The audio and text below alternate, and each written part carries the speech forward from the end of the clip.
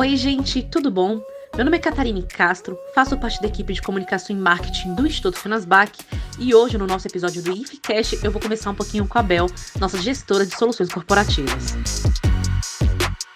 Oi, Bel, seja muito bem-vinda. Obrigada, Kate. Boa tarde, gente. Tudo bem? Boa tarde. Muito obrigada, Bel, por aceitar o convite. E hoje, né, a gente vai falar um pouquinho sobre sentimentos e emoções e se eles são aliados ou inimigos em tempos de crise. E para a gente abrir a conversa, eu vou falar a citação do Aristóteles, né, que você me passou, que diz assim: qualquer um pode zangar-se, isso é fácil, mas zangar-se com a pessoa certa, na medida certa, pelo motivo certo e da maneira certa, não é fácil, né, Bel? Sim. E é interessante que Aristóteles, né, esse filósofo grego que viveu no século 3 antes de Cristo, já falava da essência, né, desse conceito que a gente hoje chama de inteligência emocional e que a partir de 1995, com o primeiro livro que tratou do assunto, né, a inteligência emocional de Daniel Goleman, ficou tão em voga. Quer dizer, na verdade, é um conceito que remonta a épocas antes de Cristo, né? Eu queria que você falasse um pouquinho, né, sobre, né, que você já trabalhou com a gente esse assunto, mas um pouquinho sobre a diferença entre sentimento e emoção, para a gente, né, introduzir primeiro isso, a diferença, e depois a gente destrinchar. Na verdade, Kátia, essa diferença é muito importante, porque sentimentos e emoções são coisas diferentes, são conceitos diferentes que nos provocam reações diferentes, nos avisam, né, nos alertam para coisas diferentes e têm necessidades específicas. Então, vamos ver se a gente consegue falar bem sobre essa diferença. Emoção é muito mais físico. A emoção, na verdade, é uma reação psicofisiológica. O que quer dizer isso? Ela mexe com o nosso psíquico, com a nossa psique, ela mexe com a nossa psique, com a nossa dimensão psicológica, mas também com o nosso físico. Isso é fácil a gente perceber, porque quando a pessoa está muito emocionada, ou às vezes até pouco, dependendo da pessoa, isso transparece nos seus aspectos físicos mesmo. As emoções, elas podem ser acompanhadas de lágrimas, né? De gritos, a voz trêmula, o arrepio, o suor físico. Tudo isso são sinais físicos da emoção. Então, a emoção é algo praticamente incontrolável. Você não consegue fugir dela. Ela nos assalta, ela toma conta, ela chega de repente, ela é física, né? Já o sentimento não, o sentimento é racional. Por que o sentimento é racional? O sentimento ele é processado, né, na região que a gente chama de lobo pré-frontal, que corresponde à nossa testa, o que fica entre as sobrancelhas e o cabelo. E ali é o centro de processamento dos nossos pensamentos. Então, emoção e sentimento, na verdade, eles constituem um par. Esses são os dois elementos que têm um papel fundamental no processamento dos nossos sentimentos e emoções. Como que isso funciona? Vamos dizer assim, é uma dinâmica cíclica. A emoção, ela é enviada para o lobo pré-frontal, o lobo pré-frontal processa essa emoção e ela se transforma no sentimento. Esse sentimento, ele vai ser capaz de modificar essa mesma emoção em outro momento ou até influenciar em outra emoção. E a coisa segue assim, essa dinâmica, emoções e sentimentos. E como é que isso acontece? A gente pode até tentar explicar, sem entrar em muitos detalhes, né? Porque não é a nossa intenção nesse momento nos ocuparmos tanto da fisiologia, mas sim do impacto que essa fisiologia tem na gente, mas vamos explicar de uma maneira bem simples. A emoção ela é provocada por um estímulo ambiental. Um dos nossos órgãos sensoriais, que são os olhos, ou o nariz, né, ou a boca, ou o tato, visão, olfato, paladar, tato, assim, nossos órgãos sensoriais são capazes das sensações. Essas sensações funcionam como estímulos ambientais. Ou eu enxergo alguma coisa, ou eu escuto alguma coisa, ou eu sinto um odor diferente, e isso pode me provocar uma emoção. Essa emoção, ela é captada por um órgão que chama tálamo, e é mandada para dois órgãos que são chamados de amígdalas. Para ser mais específica, amígdalas cerebrais, porque tem as outras amígdalas que ficam aqui na região da garganta, as cerebrais ficam aqui na base do nosso cérebro, no cérebro que a gente chama de cérebro límbico, e que é o cérebro mais primitivo. É aquele que veio dos nossos ancestrais, e que alguns animais, os mais primitivos, principalmente os répteis, a evolução deles cessou nesse cérebro límbico, eles têm só o cérebro límbico. Eles só são capazes de se relacionar com o mundo pelo que eles captam pelos órgãos sensoriais, principalmente pelo cheiro. Eles são só capazes de reações instintivas. Então, o tálamo manda para a amígdala manda para o hipocampo, que é um outro órgão, que é onde tem as nossas memórias. Então, quando a amígdala percebe aquilo, ela rapidamente vasculha o hipocampo para ver se é uma imagem conhecida ou não. Se ela detecta que é uma imagem conhecida, o medo não vai surgir, o pânico não vai surgir. Agora, se é uma imagem conhecida, mas uma imagem que mete medo, por exemplo, alguém que ela já lhe fez algo mal, um animal violento, uma onça, todo mundo sabe que é uma coisa para se ter medo. Então, ela sente medo, vem a emoção do medo. Mas depois a emoção toma um caminho maior e chega no lobo pré-frontal. O lobo pré-frontal raciocina, ele elabora o pensamento, ele é capaz do pensamento abstrato. Aí ele vai dizer, calma, você viu aí esse bicho, mas esse bicho ele está preso, ele está numa jaula. Eu, por exemplo, quando vou ao zoológico, toda vez que eu olho uma cobra, eu sinto, né, um tremorzinho assim, cobra para mim é uma coisa horrível. Mas depois parece que chega no lobo frontal e fala, é repugnante, dá medo, mas não vai te alcançar.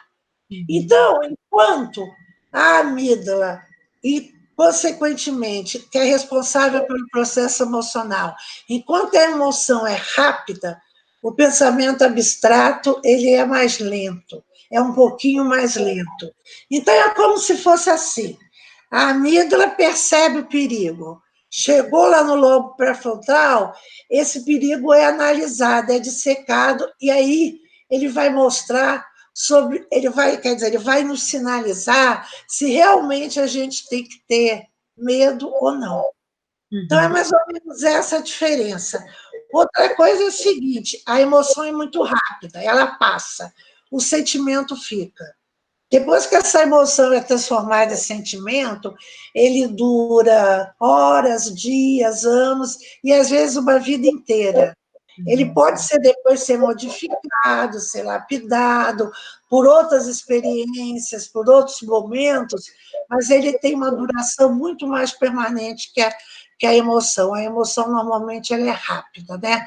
É outro sinal que a gente diferencia entre emoção e sentimento. Emoção, a gente sente. Sentimento, a gente pensa sobre o que pensou. É diferente. É como se o sentimento fosse a interpretação da emoção. Ele interpreta para nos dizer se nós temos que ter que tipo de atitude, se é uma atitude defensiva, ou se não, ou se é mais calma, e como a gente deve agir. São diferenças assim básicas sobre emoção e sentimento. A emoção passa, o sentimento fica. Uhum. O sentimento decifra a emoção e nos aponta o caminho. No momento que a gente consegue pensar sobre a emoção, consegue pensar sobre aquilo que a gente está sentindo, ela já não é mais uma emoção, ela é um sentimento. Eu estou pensando sobre ela. Chegou aqui, chegou no lobo pré-frontal. Uhum. O que acontece é que, como fisiologicamente a informação chega primeiro na amígdala e só depois que ela chega no lobo pré-frontal, no cérebro pensante, né? Naquilo que os especialistas chamam de o cérebro inteligente, tem um tempinho aí, tem uma lacuna de tempo que é muito pequenininha, mas que possibilita que a pessoa tome, às vezes, atitudes despropositadas para o que ela realmente viu. Porque o cérebro pensante ainda não entrou em ação. É Uhum. mais ou menos assim. E assim, Bel, nesse momento que a gente está vivendo, a gente está falando muito sobre inteligência emocional. Mas, para falar de inteligência emocional, é importante a gente entender, né, essa diferença entre sentimento e emoção e como se observar, né? E como lidar com eles, né? Porque o importante é isso. Como a emoção é muito rápida e ela passa, ela só dura o tempo exato daquela informação chegar no cérebro pensante, no neocórtex, que é a terceira camada do nosso cérebro, né? É que fica em cima, é a camada nobre, mas a emoção é muito rápida. Então, quando ela é muito rápida, a gente tem que estar muito treinado para fazer a gestão dessa emoção. E por isso, o que a gente tem que fazer? A gente tem que usar o que eles chamam de desligar. Você tem que desligar, tentar não fazer nada, tentar cair numa paralisia. Tem muita gente que diz assim, né? Eu me paralisei, eu fiquei parada, eu não conseguia fazer nada, eu não conseguia correr, eu não conseguia me movimentar, e isso é uma autodefesa. As pessoas que ficam paradas, aquele instantinho só, por exemplo, não é parada esperando o animal me atracar, não, é muito rápido. É parar um instantinho para esperar o cérebro pensante entrar em ação. Tem gente que consegue fazer isso.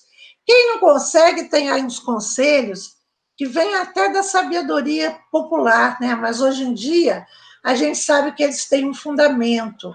As pessoas dizem, não, está nervosa, respira fundo e conta até 10, não é isso?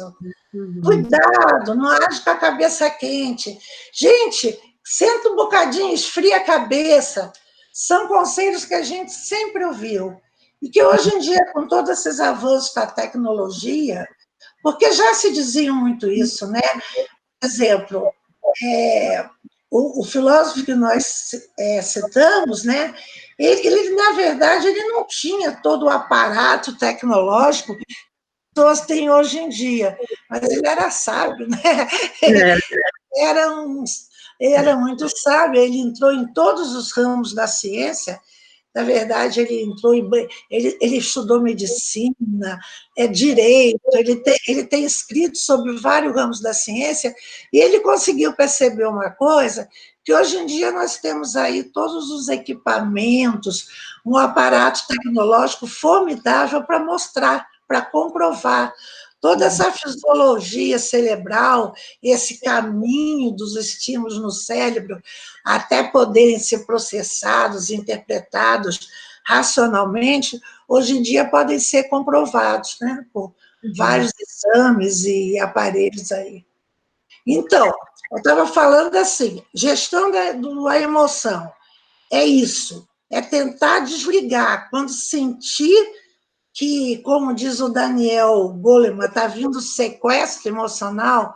Eu acho legal esse termo sequestro, porque emoção parece que faz isso mesmo, que pega no susto, que sequestra. Quando está vendo sequestro emocional, ele diz: tenta desligar, tenta simplesmente não fazer nada, respira. Essa é a única maneira. Aí vão dizer, pô, mas é difícil. É difícil. A emoção é difícil. É por isso que tanta gente faz besteira no momento da emoção e depois se arrepende. Agora, já a emoção, não. A emoção chegou no cérebro, pensou, a gente pode pensar, nem que seja um pouquinho, e aí tomar uma decisão muito mais acertada, uma decisão adequada para o contexto, que é o que o Heráclito fala, da maneira certa, na medida certa, com a pessoa certa, aí sim, porque certamente você já pensou. Enquanto você não pensa, você não vai descobrir nada disso. Bel, antes da gente entrar um pouquinho mais a fundo em inteligência emocional, tem uma outra citação de Aristóteles, né? Ele também dizia que coragem é a capacidade de levar o medo para a ação, que é algo que a gente está fazendo muito agora, né? A gente tem que ter coragem para enfrentar esse momento. E aí eu queria que você falasse um pouquinho mais sobre inteligência emocional, já que agora a gente explicou a diferença entre emoção e sentimento, eu queria que você aprofundasse um pouquinho mais sobre esse assunto. Tudo que está acontecendo, a gente está inseguro, a gente está ansioso, mas a gente não pode ficar parado, né? A gente precisa também agir, né? Então, assim, olha, tanto o sentimento quanto a emoção, eles levam para a ação, né? Levam para a ação. Só que a emoção, ele leva para a ação imediata, é aquela ação que você não pensa, você simplesmente faz. A própria palavra emoção, etimologicamente, se você desmembrar ela, o né? O prefixo é aquele que dá o sentido de para fora, para o exterior. E moção vem de movere, italiano, que é movimento, então movimento para fora. Então diz o seguinte, a emoção, ela te impele a fazer alguma coisa, é um movimento para fora.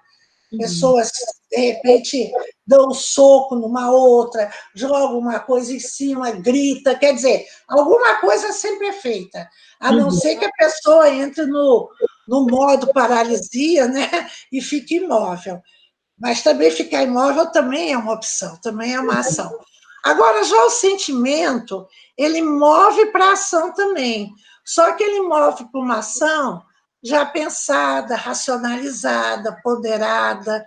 E quando ele diz que coragem, né, não é isso que ele diz? Coragem é. Repete aí, esqueci de novo. É a capacidade de levar o medo para a ação. Medo é capacidade de levar o medo para a ação. Então, é a capacidade de levar o medo para a ação, desculpe. O medo é uma das emoções mais fortes que existe. E também é uma das mais primitivas.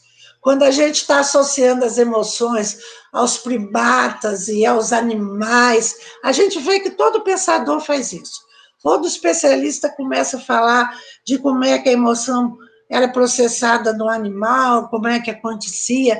E o medo era uma das emoções que mais prevaleciam nessa época. Tanto que um filósofo agora, no início do século, cunhou uma expressão que é a luta e fuga, que dizia que era bem uma reação do animal quando ele sentia medo. Quando ele sentia medo, a reação dele era lutar ou fugir.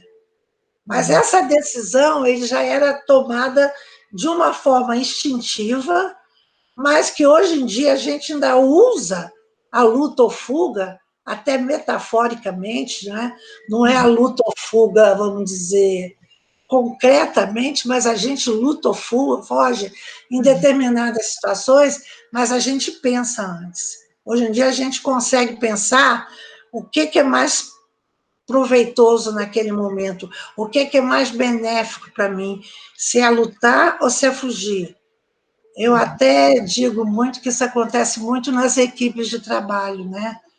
Às vezes uma pessoa que não está muito legal na sua equipe, que está desconfortável, não se sente bem por um motivo ou outro, ela escolhe entre lutar ou fugir. Ou ela se torna um membro da equipe agressivo, que fica ali comprando discussão, arrumando conflito, ela entra no modo luta, ou ela simplesmente foge. Ou foge concretamente mesmo, desiste do lugar dela naquela equipe, ou ela foge emocionalmente, ela fica ali como se não fosse ninguém, isolada, sem participar, sem fazer.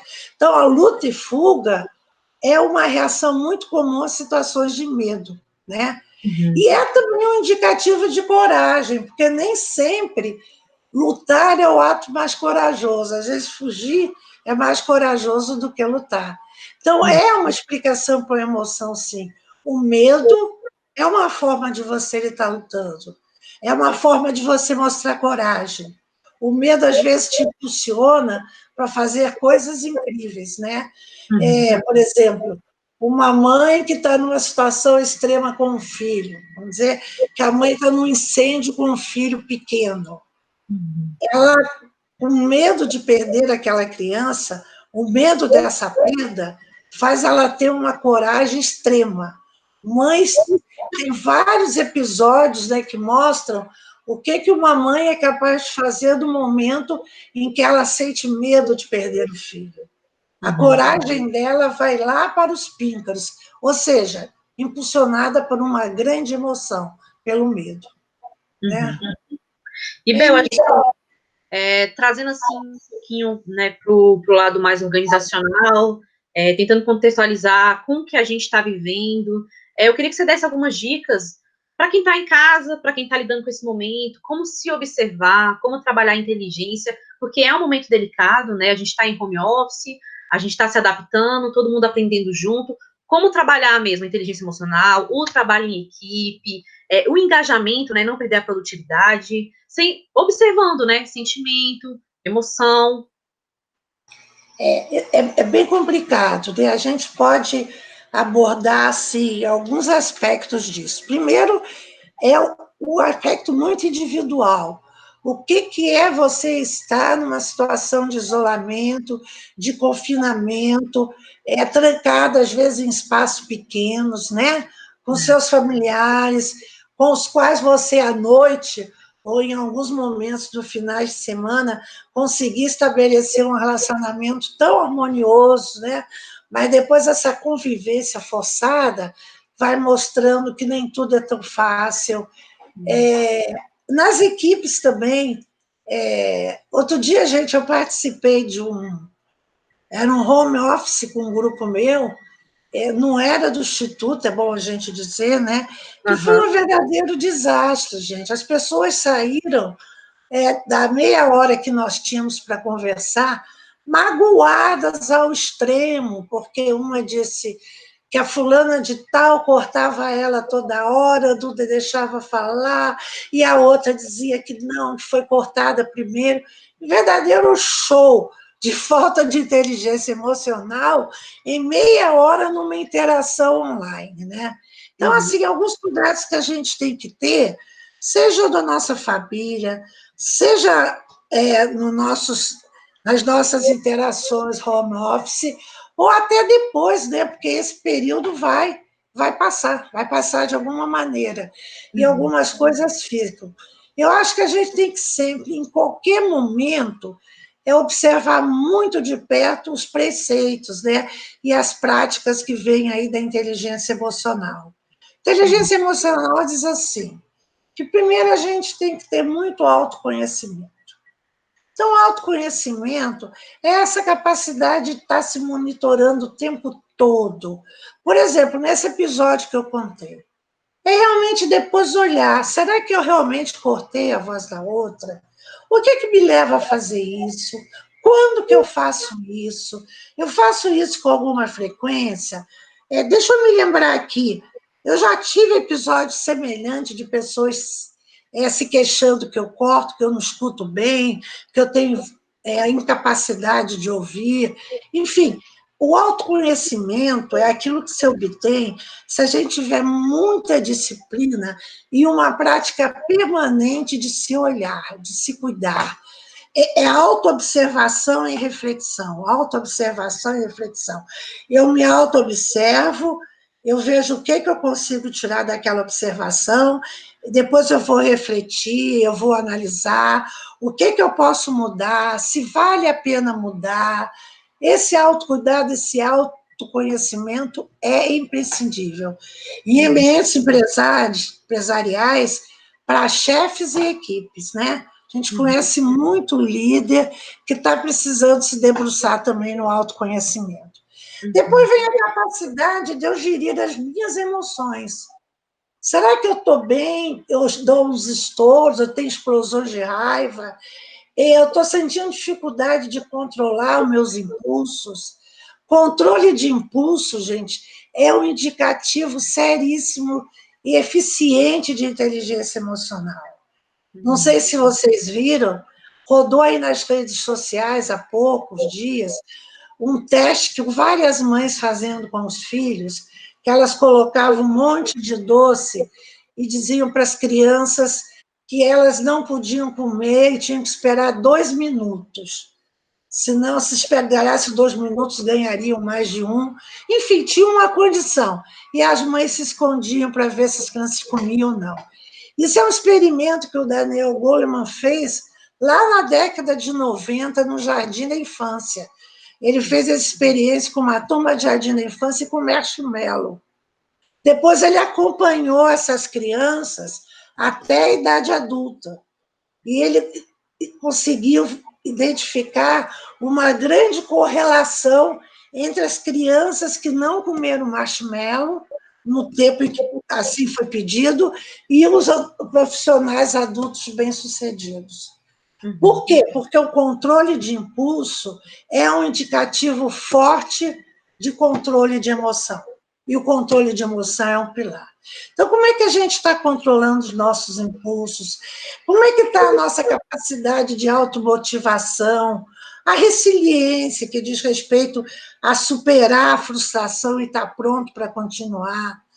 Depois, a empatia. Eu consigo perceber como é que o outro está. A empatia do trabalho em equipe é impressionante, ela é vital. As equipes eficientes, produtivas, as equipes que conseguem trabalhar num clima gostoso, as pessoas são capazes da empatia, de perceber o outro. E, a partir dessa percepção, ter um relacionamento interpessoal mais prazeroso, mais legal. Né? Eu acho que, então, e a equipe é muito isso, é seguir esses preceitos, o autoconhecimento, a gestão das próprias emoções, o controle de impulso, a automotivação, a identificação do sentimento nos outros, a empatia e a gestão de relacionamentos. Isso é importantíssimo em qualquer época. Agora nesse Covid, tem umas coisinhas que eu acho interessante. A gente tem que, as coisas que eu acho que são boas para aquilo que a gente chama de autocuidado emocional. Autocuidado emocional é cuidar da gente emocionalmente. Nesse momento de crise, tem algumas coisas que eu acho bem interessante. Uma é cultivar pensamentos positivos, né? Eu sei que a gente faz uma força, mas, na verdade, a nossa normalidade agora está sendo uma tremenda montanha-russa emocional. A gente sobe, tem momento que a gente está muito bem, daqui a pouco o carrinho despenca, a gente fica mal, depois a gente briga ali com as nossas emoções, volta a ficar bem, aí ouve o noticiário qualquer, o carrinho desce de novo.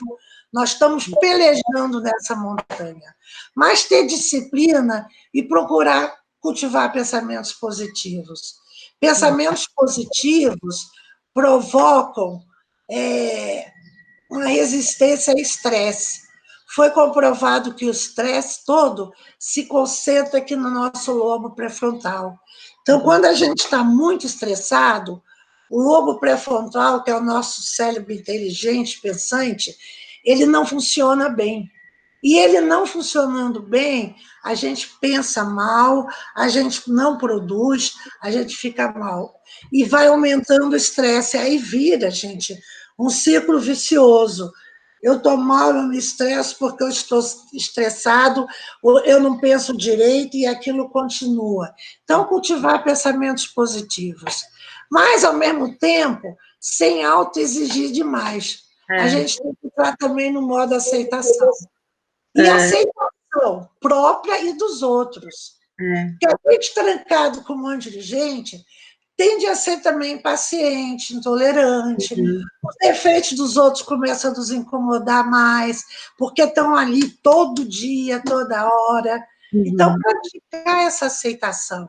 A aceitação minha, para mim ser mais indulgente comigo mesmo, mas a aceitação também com quem está ali presinho perto de mim, né? Bacana, bacana você falar de autocontrole, né? Na semana passada, a revista de Harvard, né? Eles publicaram um artigo falando assim, do lado obscuro do autocontrole, né? Que a gente está se exigindo demais, mas a gente não pode renegar o que a gente está sentindo. Então, tem gente que tem um excesso de se cuidar, de ter autocontrole, e acaba renegando alguns sentimentos, e isso não pode. Então, acho que eu vou até deixar aqui como referência, porque é um texto bacana também, porque tem que ter esse equilíbrio. E o Daniel Goleman, ele fala muito, sabe, Cátia, que a gente não pode entrar naquilo que algumas pessoas chamam de negação da emoção. Isso. Tem gente que fala assim, bloqueia, finge que não está vendo, esquece a emoção, e que isso é impossível. A gente não consegue controlar nossas emoções. A gente tem que se identificar, saber o que está sentindo e ver qual é a maneira mais produtiva de lidar com ela. Mas não negar, porque esse esforço de negar uma emoção, tem gente que fala bloquear a emoção. Ele fala, cara, isso vai ter um custo enorme de energia, e não, a gente tem que se aceitar também. A coisa de, não, tem que fazer ginástica, tem que ver não sei o quê. Não, tem hora também que tem que sentir o que está acontecendo. Né? Também não é fugir o tempo todo, é esse equilíbrio, é o tal do equilíbrio emocional, que no momento desse é muito difícil. E a gente tem que reconhecer isso e ter autoindulgência. Cara, eu faço o que eu posso. Né? É verdade. Eu faço o que eu posso, não se cobrar também demais. Bel. Eu não estou assim, dando receitas que eu julgo serem fáceis, não são, não. Mas é o que a gente tem que fazer no momento em que a gente está. Eu acho, e Bel, aí, fale. Não, eu acho que também vale a pena compartilhar, depois você conclui o que você está falando, até exemplo para outras empresas, uma iniciativa que eu particularmente estou achando muito bacana, e que a gente pode usar como exemplo, é o que a gente está fazendo, né, o Instituto Fenasbac, nossos grupos de encontro, esse cuidado com a equipe, porque acaba que um ajuda o outro. Então, a gente está no momento em que, sim, a gente está cheio de dúvida, a gente está com medo, a gente está com sentimentos da flor da pele, a gente está tentando exercer o autocontrole, mas o grupo pode se ajudar. Então, eu acho que vale a pena compartilhar também para as empresas fazerem isso, né? Esses encontros semanais ou quinzenais, onde as pessoas conversam, expõem o que elas estão sentindo. Acho que vale a pena a gente falar o que a gente está fazendo também, né? Porque está ajudando demais. Tem me ajudado, tem ajudado os meus colegas de trabalho. Aliás, eu acho que nós estamos praticando a inteligência emocional muito sabiamente, né? Eu acho. E assim, aí a gente volta um pouco à nossa questão inicial, né? Os sentimentos sem emoção, afinal de contas, eles são nossos aliados ou nossos inimigos no momento? E aí a gente volta para Aristóteles, lá em cima. O que o Aristóteles ensinava? Que a zanga é até fácil, né? Mas ela é fácil se ela sair de qualquer maneira, se for uma emoção descontrolada.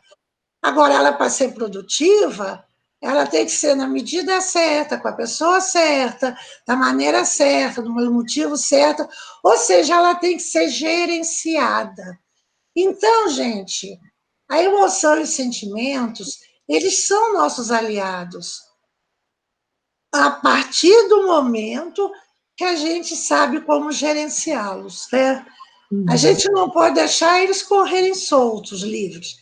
Gerenciando, eles vão ser nossos momentos, vão ser nossos aliados. A emoção motiva a gente, a emoção desperta a empatia, a solidariedade, a gratidão, tanta coisa que a gente está precisando ter hoje em dia. Não é isso? Isso. E acaba dando, só exemplificando, caso as empresas queiram fazer, que é algo muito simples, né?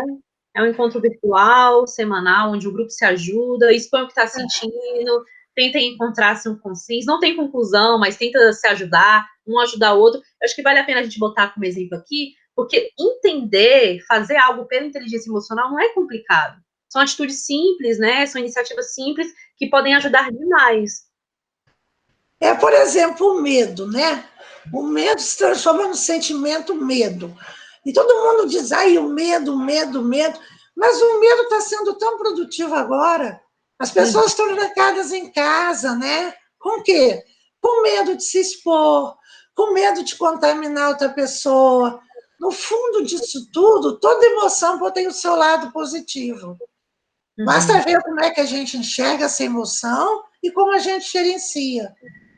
Ela pode ser uma grande inimiga, mas pode ser uma querida aliada também, né? É isso. É isso.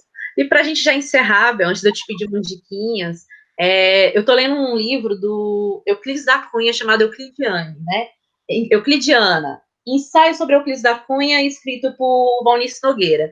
E aí tem uma frase muito famosa né, do Euclides que diz que viver é adaptar-se, né?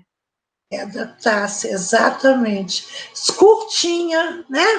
Objetiva, mas está dizendo tudo. E nós estamos também nos adaptando a esse momento, né? Inteligentemente.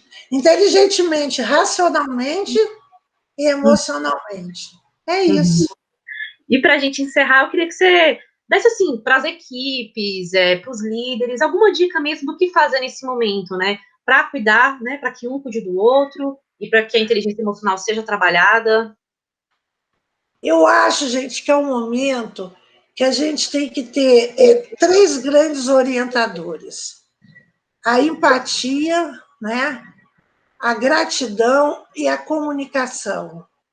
A empatia, essa capacidade da gente se colocar no lugar do outro, ser solidário. A gente está vendo aí tantos líderes, né, demonstrando isso, tantos líderes com tanta ação bacana. Certamente tem o outro lado da moeda, mas vamos olhar o bom exemplo. A solidariedade, a empatia, gente, é o momento da gente estar junto, de estar cooperando, de estar colaborando, de estar enxergando o outro, enfim, é empatia mesmo. Em casa, com meu irmão, com meu marido, com meu pai, com a minha mãe, com meu vizinho, com os meus amigos. Solidariedade e empatia. O outro que eu falei é a questão da comunicação. A gente tem que tomar muito cuidado com a maneira de se comunicar. A nossa comunicação, ela tem que demonstrar essa empatia, essa solidariedade. Eu vejo pessoas que têm uma genuína intenção de ajudar, de estar junto, mas de repente falha na comunicação. A comunicação, ela tem que ser uma comunicação, nesse momento, amigável, carinhosa. As pessoas estão carentes, estão emotivas, estão ansiosas, elas precisam sentir nesse momento apoio, o estar junto. Então, que a comunicação também seja cuidadosa, tá? Eu acho que é muito importante.